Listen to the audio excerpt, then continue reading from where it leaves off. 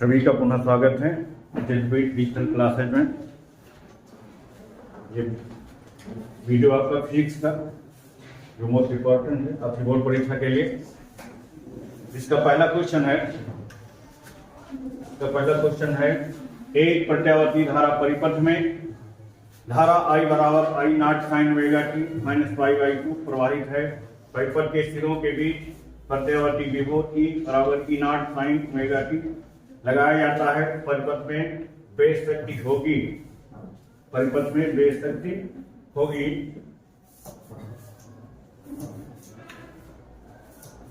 परिपथ में बेस शक्ति होगी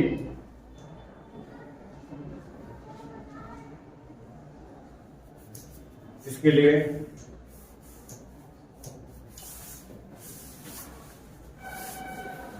लिए परिपथ में बेस शक्ति P बराबर हमारी होती है V RMS into I RMS into cos phi। V RMS दिया है हमारा, V ही हमारा I होगा, E ही हमारा I होगा, ये हमारा E नॉट हो जाएगा। चलिए E नॉट हो जाएगा अपॉन अंडर रूट 2 हो जाएगा। I हमारा I नॉट दिया है अपॉन रूट 2 होगा।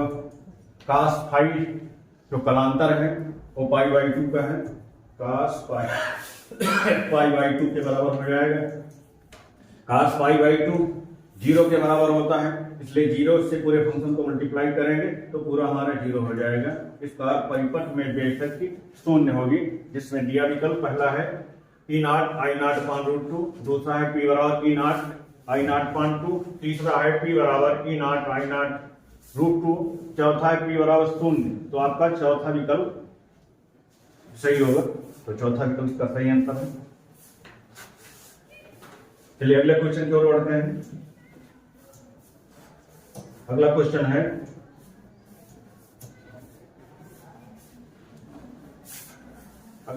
है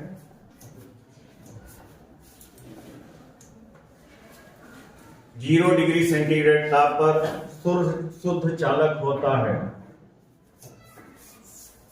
0 डिग्री सेंटीग्रेड ताप पर शुद्ध अर्धचालक होता है। चालक, प्रतिरोधक, शक्ति स्रोत, विद्युत रोधी।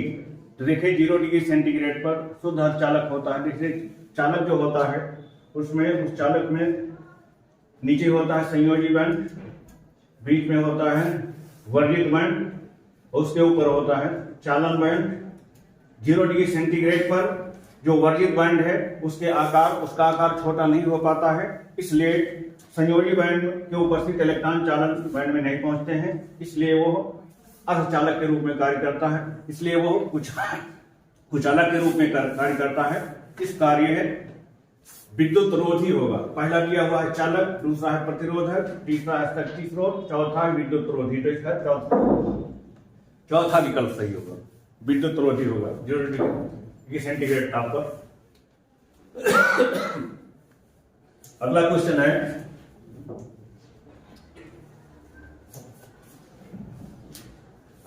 हमारा है V इलेक्ट्रॉन वोल्ट ऊर्जा वाले इलेक्ट्रॉन से संबद्ध डी ब्रॉगली तरंगदैर्घ्य लगभग होगी। तो डी ब्रॉगली तरंगदैर्घ्य लैम्डा बराबर होता है H अपॉन P के, क्योंकि P बराबर होता है M इंटू V के, इसलिए लैम्डा बराबर हमारा हो जाएगा H अपॉन MV के। क्योंकि हमें पता है कि हाफ गतिज ऊर्जा के बराबर होता है हाफ m v स्क्वायर से गुणा करने के लिए हो जाएगा 2 के बराबर हाफ m v स्क्वायर के। दोनों पक्षों में m से गुणा कर देते हैं तो ये हो जाता है m square v square. m v बराबर हो जाएगी, इधर अंडर रूट हो जाएगा, 2m3 के ऊपर अंडर रूट लग जाएगा। इस बार हमारा लैम्डा बदल जाएगा h बटे under root 2m into k के बराबर, जो कि गतिज ऊर्जा k बराबर होती है Q इंटू V के। अब ये k की जगह मान रख देंगे तो लैम्डा बराबर हमारा हो जाएगा h/√2m ओके के यहाँ हो जाएगा क्यू। इलेक्ट्रॉन के लिए क्यू को मान ई के बराबर होगा, तो के बराबर ई भी हो जाएगा, तो ये हो जाएगा ई इंटू वी। इस प्रकार एच एम और ई बी के मान रख देने पर हमारा एच का मान हमको मिल जाता है, ये मिल जाता है 12.27/√b। ये हमारा एच बराबर आ जाएगा, जिसमें पहला विकल्प आपका इसका सही विकल्प होगा, तो इसका पहला विकल्प ही सही है। अगले क्वेश्चन की ओर बढ़ते हैं। अगला क्वेश्चन है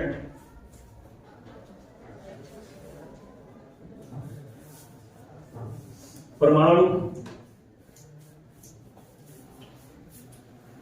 के अंदर अल्फा कण किस बल के कारण प्रकीर्णित होते हैं, जिसमें पहला क्या है गुरुत्वीय बल, दूसरा है नाभिकीय बल, तीसरा है कूलाम बल और चौथा है चुंबकीय बल।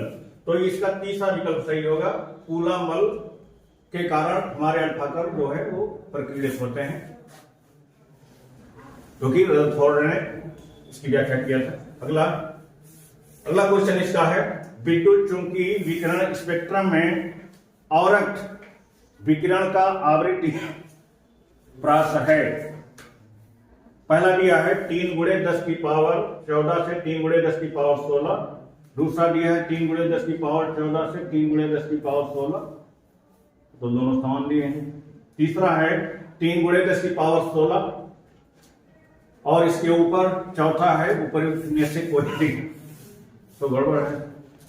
दो विकल्प एक जैसे दिए हैं, विद्युत चुंबकीय विकिरण स्पेक्ट्रम में और विकिरण का आवृत्ति परास है, ये दोनों एक नहीं हो सकते। विकिरण औरक्त विकिरण का जो परास होता है वो इसको अगर कर देते हैं तो ये 12 से 14 होना चाहिए, थोड़ा गलत दिया हुआ है, दोनों के जैसे दिए हैं, ये 12 से 14 होना चाहिए। अगर ये 12 से 14 है तो सेकंड सही होगा, गड़बड़ है। चलिए अगले क्वेश्चन की ओर बढ़ते हैं। अगला क्वेश्चन है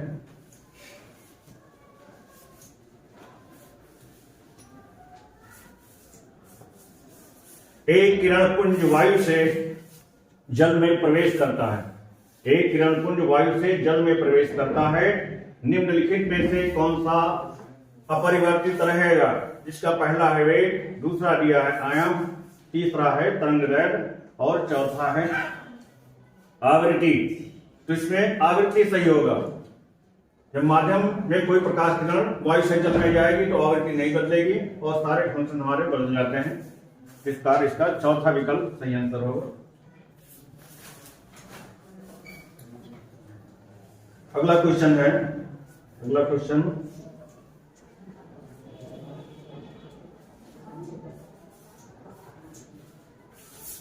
है एक अल्फा 15×10⁴ न्यूटन प्रति कूलम विद्युत क्षेत्र में स्थित है, उस पर लगने वाले बल की गणना कीजिए। तो देखिए विद्युत क्षेत्र दिया हुआ है, हमारा ई बराबर दिया हुआ है, पहला शॉर्ट आंसर है। ई बराबर हमारा दिया हुआ है 15×10⁴ न्यूटन प्रति कूलम या कूलम इनवर्स। तो उस पर लगने वाले बल की गणना कीजिए। अब विद्युत क्षेत्र बल पूछ रहा है क्या होगा। अब देखिए हमारा विद्युत क्षेत्र ई बराबर होता है F/Q के, ई बराबर होता है F/Q के बराबर होता है। तो हमको F निकालना है। अभी इलेक्ट्रॉन के लिए Q E के बराबर हो जाता है, तो F/E हो जाएगा। इलेक्ट्रॉन के लिए हमारा Q का मान आवेश T के बराबर होगा, इसलिए F बराबर हमारा हो जाएगा, कैंची गुणा कर देंगे E इंटू E के बराबर हो जाएगा। अब हमारा E इलेक्ट्रॉन पे आवेश है, ये होता है 1.6 × 10⁻⁻19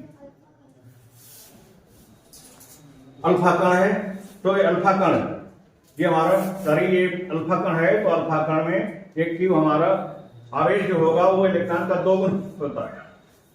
अल्फा कण पर आवेश इलेक्ट्रॉन का 2 गुना होता है, ये 2 टाइम्स हो जाएगा, 2 टाइम्स तो इसको 2 से गुणा कर देंगे तो ये हमारा हो जाएगा, ये हमारा 2 से इसमें गुणा हो जाएगा और इंटू वैद्युत क्षेत्र ई हमारा दिया है 15 गुणे 10 की पावर 4 दिया है।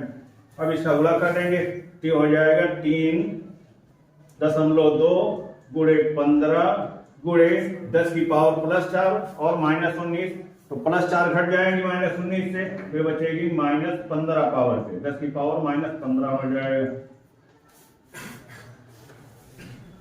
यह गुणा करा देते हैं तो 15 दूना 30 का 0 हो गया, 15 दूना 30, 15 3 45, 45 और 3 48, 45 3 48, एक अंक बाद दशमलव लग जाएगा, गुणे 10 की पावर -15 हो जाएगा। तो कुल मिला के आंसर हो जाएगा 48 गुणे 10 की पावर -15 के बल है, इसलिए इतना न्यूटन हो जाएगा। तो हमारा जो बल हो जाएगा वो हमारा F बराबर हो जाएगा, F बराबर 15 गुणे 10 की पावर 48 गुणे 10 की पावर -15 न्यूटन के।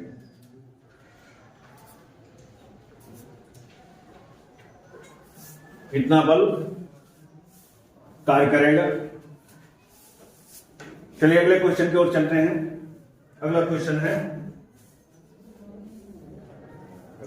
है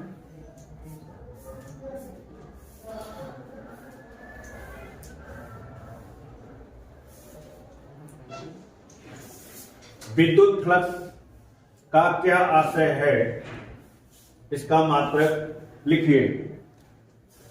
देखिए जब वैद्युत क्षेत्र में, एक समान वैद्युत क्षेत्र में या वैद्युत क्षेत्र में किसी काल्पनिक पृष्ठ के अभिलंबवत गुजरने वाली बल रेखाओं की संख्या को वैद्युत फ्लक्स कहते हैं। विद्युत फ्लक्स, इसकी परिभाषा हो जाएगी विद्युत फ्लक्स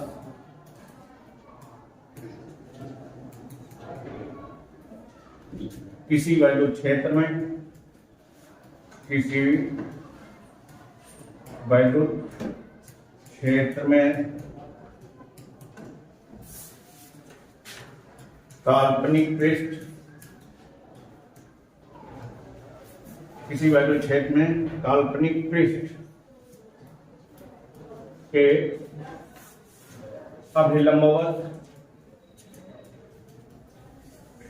अभिलंबवत गुजरने वाली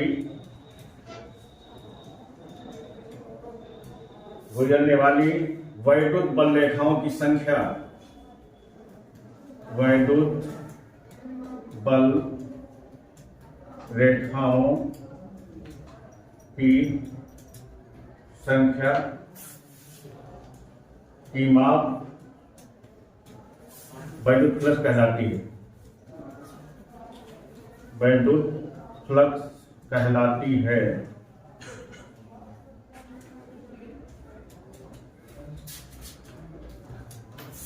तो किसी वैद्युत क्षेत्र में काल्पनिक पृष्ठ के अभिलंबवत गुजरने वाली वैद्युत बल रेखाओं की संख्या की माप ही वैद्युत फ्लक्स कहलाती है। इसे फाई से निरूपित करते हैं तो ये फाई ई बराबर हमारा होता है ई डॉट ए के बराबर, ई इंटू ए के बराबर होता है। अब देखिए ई मात्रक याद करना है, इसका मात्रक याद करिए। अब ई ये हमारा वैद्युत क्षेत्र है, वैद्युत क्षेत्र का मात्रक हमारा होता है न्यूटन प्रति कूलम्ब, न्यूटन प्रति कूलम्ब होता है, किंतु एरिया है, एरिया के लिए हमारा होता है मीटर स्क्वायर। तो हमारा मात्रक बन जाएगा न्यूटन मीटर स्क्वायर प्रति कूलम्ब, न्यूटन मीटर स्क्वायर प्रति कूलम्ब, ये इसका मात्रक होगा।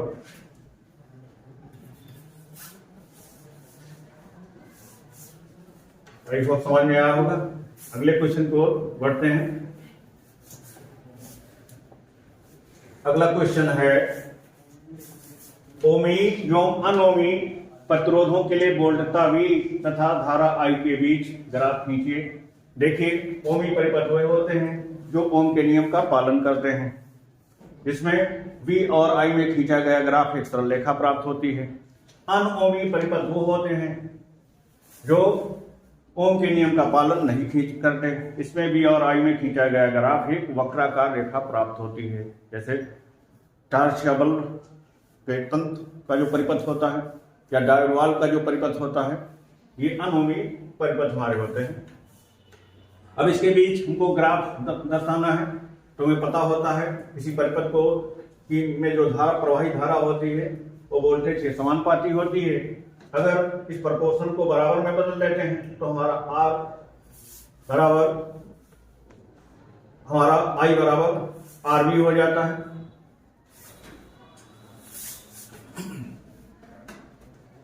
RV हो जाता है, सॉरी देखिए किसी परिपथ में प्रवाहित वोल्टेज धारा के समानुपाती होता है, इसको बदलते हैं या तो R बराबर V, R बराबर V बराबर IR या RI के बराबर हो जाता है, या V अपान I बराबर R होता है। यही ओम का नियम हमारा होता है। अब इसमें अगर हम ग्राफ खींचते हैं तो मान लीजिए हमने वोल्टेज SH पे ले लिया, धारा को IH पे ले लिया, तो इस वजह से हमको ये एक सरल रेखा प्राप्त होती है। ये हमारा ओम का सर्किट होता है, ओमी परिपथ होता है। ओमी परिपथ का ग्राफ क्या होती है? ओमी परिपथ का ग्राफ कैसा होता है? रेखीय होता है। कैसा होता है? रेखीय होता है। एक सरल रेखा ग्राफ प्राप्त होती है। फिर कहा अनोमी परिपथ। अब अनोमी परिपथ का जो ग्राफ होता है, इसमें भी अगर I और V में ग्राफ खींच लें तो इसमें वक्राकार रेखा प्राप्त होती है इस तरह से। अनोमी परिपथ का हमारा ग्राफ होता है अनओमी।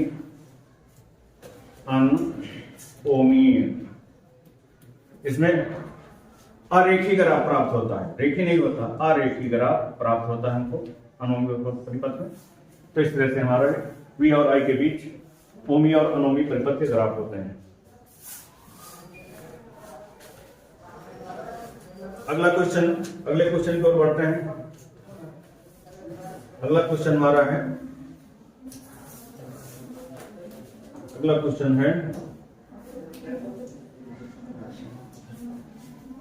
क्वेश्चन है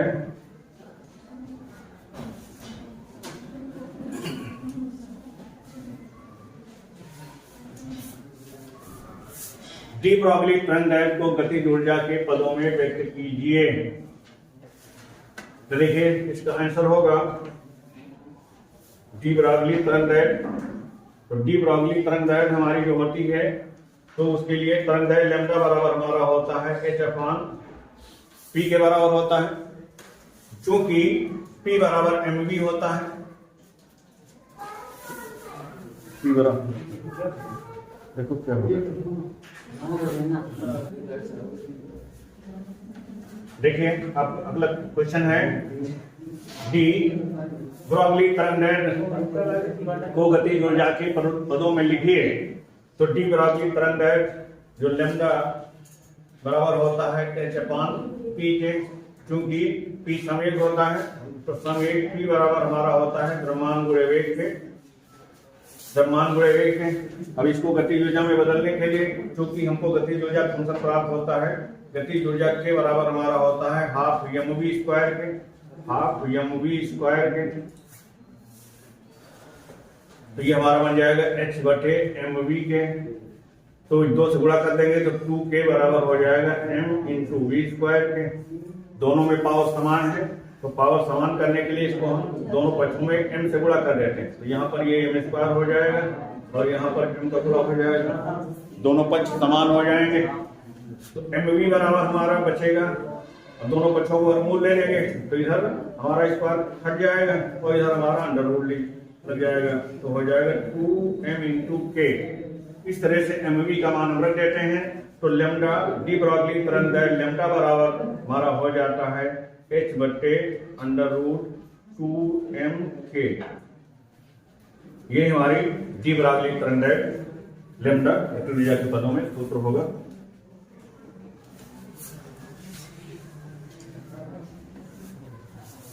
अगला क्वेश्चन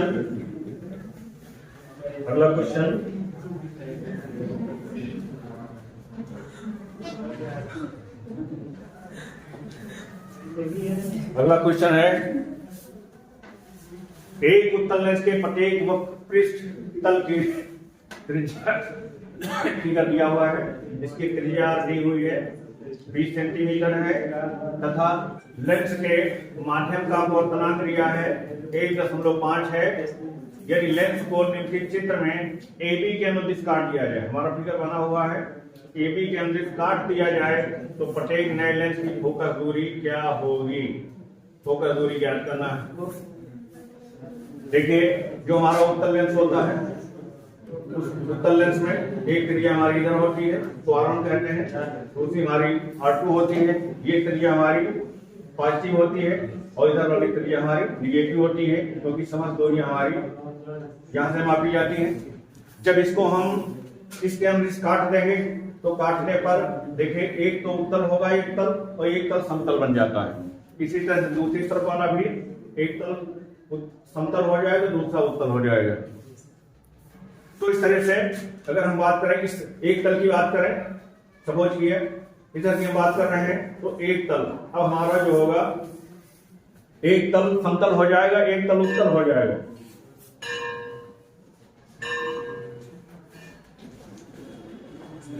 एक तल समतल होगा, एक तल उत्तल होगा, तो उत्तल तल की त्रिज्या तो हमारी जो मान लीजिए इसकी हम बात करते हैं तो हमारा ये जो R2 जो होगा वो R2 हमारा 20 सेंटीमीटर ही रहेगा, क्योंकि त्रिज्या हमारी 20 है तो R2 तो 20 रहेगा।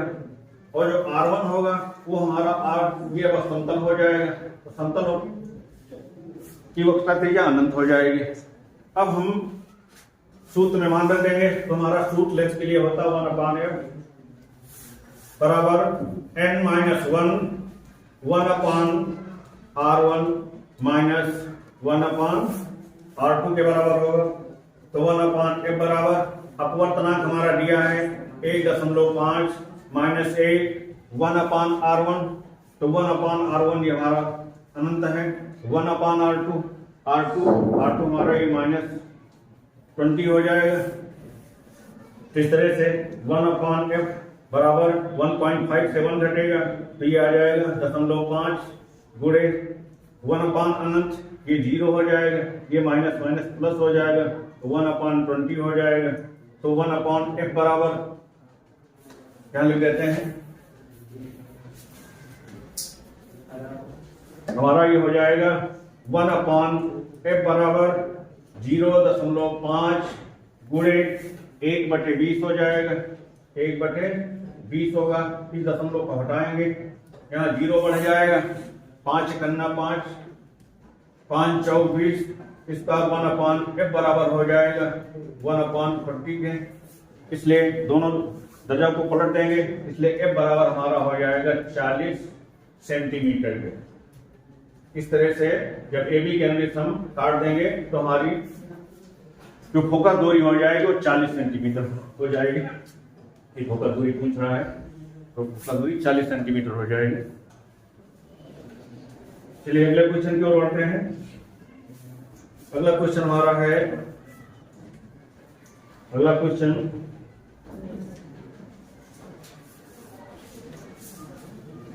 एक उत्तेजित हाइड्रोजन परमाणु के इलेक्ट्रॉन की ऊर्जा -3.4 इलेक्ट्रॉन वोल्ट है। इलेक्ट्रॉन का कोणीय समय ज्ञात कीजिए। कोणीय समय यमोमीआर हमको ज्ञात करना है। कोणीय समय ज्ञात कीजिए। दिया गया है कि 11वीं कक्षा में इलेक्ट्रॉन की ऊर्जा के लिए सूत्र है -13.6/n²। 11वीं कक्षा की ऊर्जा हमारी है -13.6/n²। तो ये हमारी 11वीं कक्षा की ऊर्जा दी है -13.6/n²। इस ऊर्जा का मान जो हमारी ऊर्जा दी गई है उसके बराबर हम रख देंगे तो हमारा मान हो जाएगा, ये मान हमारा दिया है 3.4 के। इससे हम n का मान कंसीडर कर लेंगे, दोनों तरफ से हमारे ये माइनस कर जाएंगे। अब हमारा बचेगा 13.6/n² बराबर 3.4 के। तो हमारा n² बराबर हो जाएगा, ये हमारा 13.6 ऊपर हो जाएगा, 3.4 नीचे होगा, दशमलव से किलो कटेगा, ये हो जाएगा 1306 136 बटे 34, 4 चौक 16, 3 चौक 12, 13। तो ये 4 बार पूरा का पूरा कट जाएगा। इस बार एन स्क्वायर का मान हमारा हो जाएगा, एन स्क्वायर बराबर हो जाएगा 4 के, तो एन बराबर हमारा हो जाएगा 2 के। अब हमें पता है बोहर परिकल्पना से कि किसी कक्षा में अगर कोई इलेक्ट्रॉन चक्कर लगा रहा है तो उसका कोणीय समेत, उसके लिए कोणीय समेत MVR बराबर होता है NH/2 के, NH/2 के। अब इसमें हमें n का मान मालूम है, इसलिए कोणीय समेत n का मान हम 2 रख देंगे। h का मान होता है 6.6 गुणे 10 की पावर -34 बटे 2 पाई। अब पाई का मान क्योंकि 66 22 से कट सकता है, इसलिए 22/7 रखेंगे, इसलिए 22/7 रख देंगे। तो इस तरह से हमारा 22/7 7 ऊपर चला जाएगा, 2 से 2 हमारा कट जाएगा, 22 से 22 हमारा कट जाएगा, तो ये 22 66.3 हो जाएगा। इस तरह से ऊपर बचेगा 0.3 गुणे 10 की पावर -34, 7 ऊपर चला जाएगा, नीचे 1 बचेगा। ऊपर वाले फंक्शन को गुणा करा देंगे तो 7 3 21, 7 3 21, 1 अंक का दशमलव लग जाएगा, गुणे 10 की पावर -34। यही हमारा कोणीय समेत MVR के बराबर हो जाएगा, कोणीय समेत MVR होगा। ये हमारा 2.1 गुणे 10 की पावर -34 कोणीय समेत हो जाएगा। बस यहीं तक। अगले वीडियो में, यदि चैनल पर नए हैं तो चैनल को सब्सक्राइब जरूर करें और अपने साथियों में भी शेयर करें। धन्यवाद।